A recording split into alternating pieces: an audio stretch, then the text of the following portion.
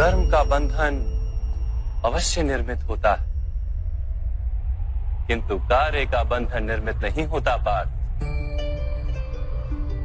तुम्हें कर्म और कार्य के बीच क्या भेद है, ये जानना आवश्यक है। सभी कर्म कार्य, किंतु सभी कार्य कर्म नहीं। कर्म उस कार्य को कहते हैं जिसके साथ फल की आशा जुड़ी। मनुष्य जब भी सुख की, संपत्ति, प्रशंसा की आशा रखकर कोई कार्य करता है तो वो उस कार्य के फल से बंध जाता है।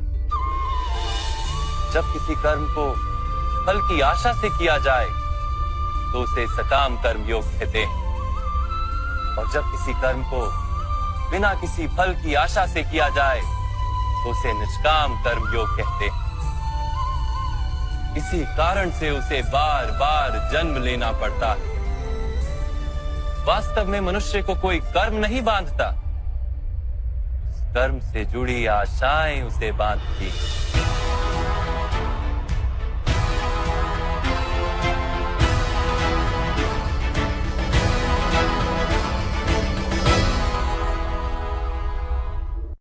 वास्तव में मनुष्य को कोई कर्म नहीं बांधता, उस कर्म से जुड़ी आशाएं उसे बांधती हैं।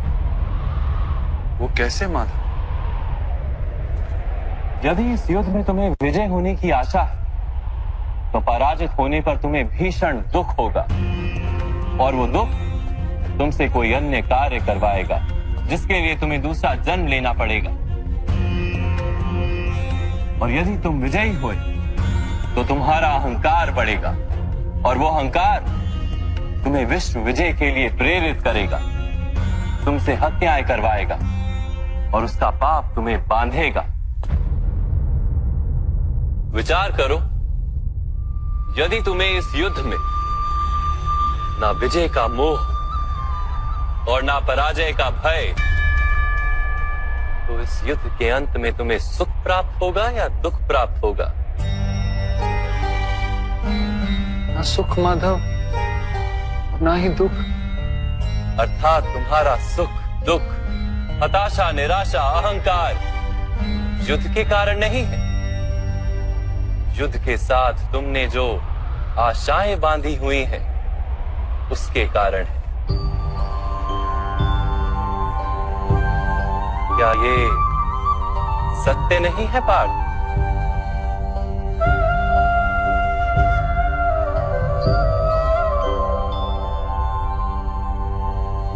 सुख दुखे समे कृत्वा लाभा लाभो जया जयो ततो युद्धाय युज्यस्व नैवं पाप मवाप्स्यसि। अर्थात सुख दुख को समान मानकर लाभ हानि जय पराजय का विचार किए बिना यदि तुम युद्ध करोगे कौन्तेय, तो तुम पाप के भागी नहीं बनोगे। इसी को कर्म योग कहते हैं। जो सांख्य का ज्ञान प्राप्त कर लेता है वो ये जान लेता है कि वो शरीर नहीं, केवल एक आत्मा है। शरीर के भोग और अनुभव तो केवल मृत्यु तक है, अर्थात वास्तविक नहीं, केवल माया है। उसके लिए कर्मयोगी बनना सरल हो जाता है। परंतु माधव, यदि कार्य से बंधन निश्चित है तो क्या संसार का त्याग करके संन्यास लेना उचित नहीं? इसी विचार का परिणाम है कि आज ये युद्ध हो रहा है पार्थ।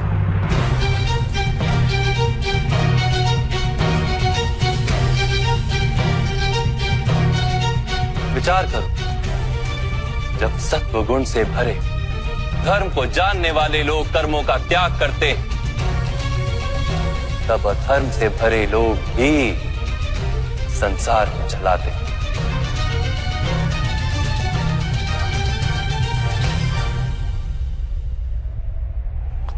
यदि महामहिम ने संसार का त्याग ना किया होता तो आज अधर्म इतना बढ़ता ही नहीं।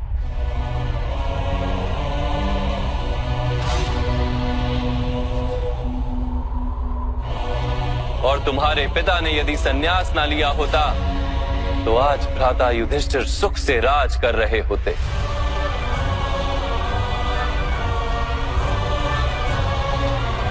और अपनी प्रजा को न्याय और धर्म का ज्ञान दे रहे होते। किंतु दुखदायक बात तो यह है पार्थ कि सत्व गुण से भरे मनुष्य ही संसार को लाभ दे सकते हैं, किंतु वो ही संन्यास का विचार करते हैं।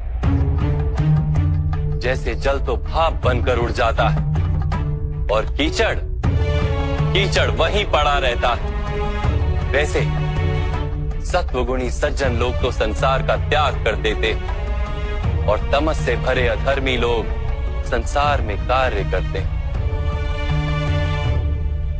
इसी कारण से संसार में पाप और अधर्म बढ़ता है।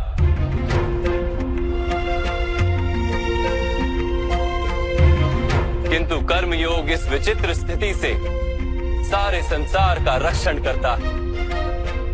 कर्मयोगी फल की आशा का त्याग करता है, किंतु कर्मों का त्याग नहीं करता। वो इसी संसार में रहता है सन्यासी की भांति, सारे कार्य करता है किंतु उनमें लिप्त नहीं होता। कर्मयोगी अपनी संतानों से, स्वजनों से, अपनी प्रजा से कोई अपेक्षा या आशा नहीं रखता। स्वयं उसे संन्यास का लाभ होता है, किंतु समाज को संसारी की भांति लाभ देता। मनुष्य अपनी संतानों के सुख के लिए श्रम करता है माधव। अपनी संतान से सुख की अपेक्षा कैसे न रखे? मनुष्य अपनी संतानों के लिए जो भी करता है वो व्यापार है या प्रेम पार? प्रेम माधव। तो फिर अपने कार्यों के प्रति फल की इच्छा क्यों पार? भविष्य का लाभ तो व्यापार में देखा जाता है, प्रेम में नहीं। जो मनुष्य अपनी संतानों का चरित्र निर्माण उचित रूप से करता है, संतानों को प्रेम और धर्म के संस्कार देता है, उसकी संतानें भी मनुष्य को प्रेम और सुरक्षा अवश्य देती। संतानों के कर्म, स्वजनों के व्यवहार उनके कर्म है पार, और जब उनके कर्मों पर हमारा कोई अधिकार नहीं होता तो उनसे आशाएं और अपेक्षाएं रखने का क्या प्रयोजन? यदि गहन विचार करोगे पार्थ तो शीघ्र ही ये जान लोगे कि जीवन में ऐसा कोई कार्य नहीं है जिसके साथ आशाएं और अपेक्षाएं जोड़ना अनिवार्य हो। जब सृष्टि ही परमात्मा है और मनुष्य स्वयं परमात्मा का अंश है, तो सारे कार्य परमात्मा ही करते हैं। मनुष्य स्वयं कुछ नहीं करता। यही कर्मयोग का मूल सिद्धांत है पार्थ।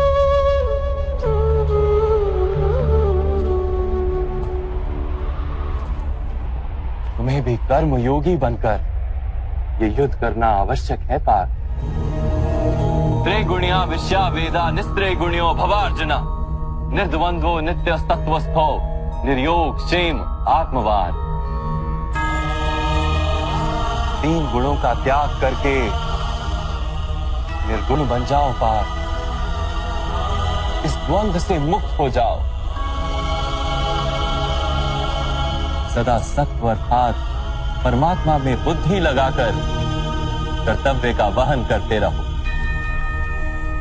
कुछ प्राप्त करने की इच्छा और कुछ प्राप्त किए हुए का रक्षण करने का विचार त्याग दो पार्थ, और अपनी आत्मा को स्वतंत्र कर।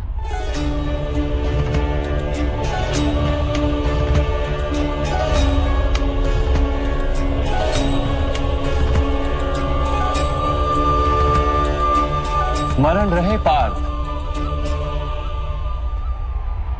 कर्मण्यवाधिकारस्ते मा फलेषु कदाचन मा कर्म फल हेतुर्भु मा ते संगोस्त्व कर्मणि। तुम्हारा अधिकार तो केवल कर्म करने का है, फल तो ईश्वर के हाथ में। इसलिए ना कर्म से भागना उचित है और ना ही कर्म के फल की आशा रखना उचित है।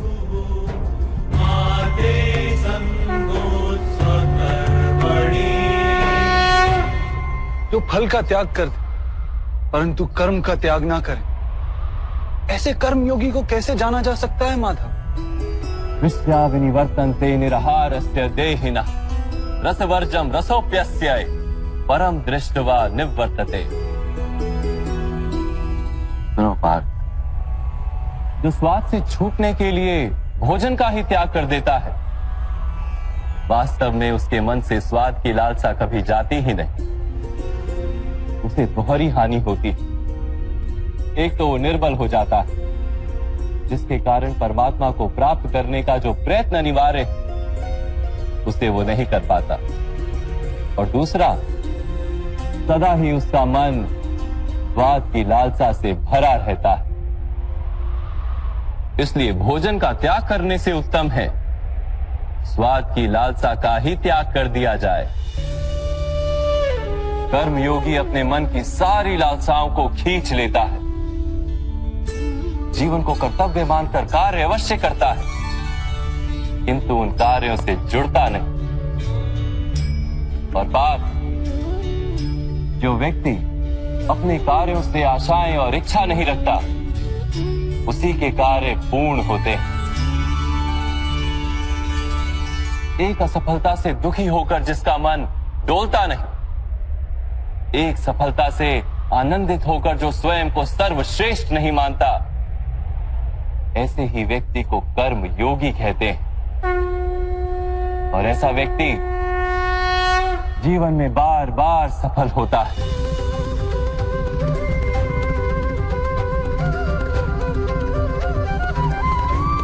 ध्यायतो विषयान पुंसः संगस्तेषु पजायते संगात संजायते कामा कामात् क्रोधो भिजायते क्रोधात् भवति सम्मोहः सम्मोहात् स्मृति विभ्रमः स्मृति भ्रंशात् बुद्धिनाशो बुद्धिनाशात् प्रणश्यति। फल की आशा से कामना प्रकट होती है, और कामना का तो स्वभाव है असंतुष्ट रहना। असंतोष से क्रोध उत्पन्न होता है, और क्रोध से मोह जन्मता है। मोह के कारण व्यक्ति आचार और व्यवहार का ज्ञान ही भूल जाता है। ज्ञान के जाने से बुद्धि चली जाती है, अनुचित प्रकार के कार्य होने लगते हैं, और समाज ऐसे व्यक्ति का शत्रु बन जाता है। और अंत में ऐसे मनुष्य पूर्णतः पतन हो जाता है।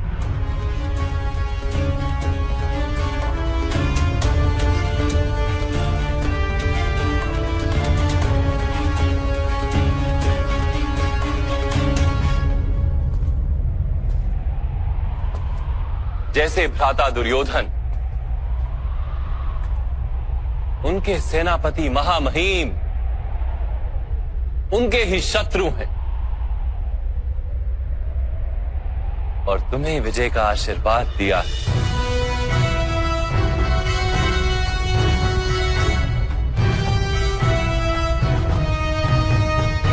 पार्थ, कर्मयोग ब्रह्म विद्या का दूसरा चरण है। परमात्मा में अपनी बुद्धि स्थिर करो, स्वयं को आत्मा जानो, मिथ्या बंधनों से मुक्त हो जाओ, और फल की आशा का त्याग करके केवल कर्म करते रहो।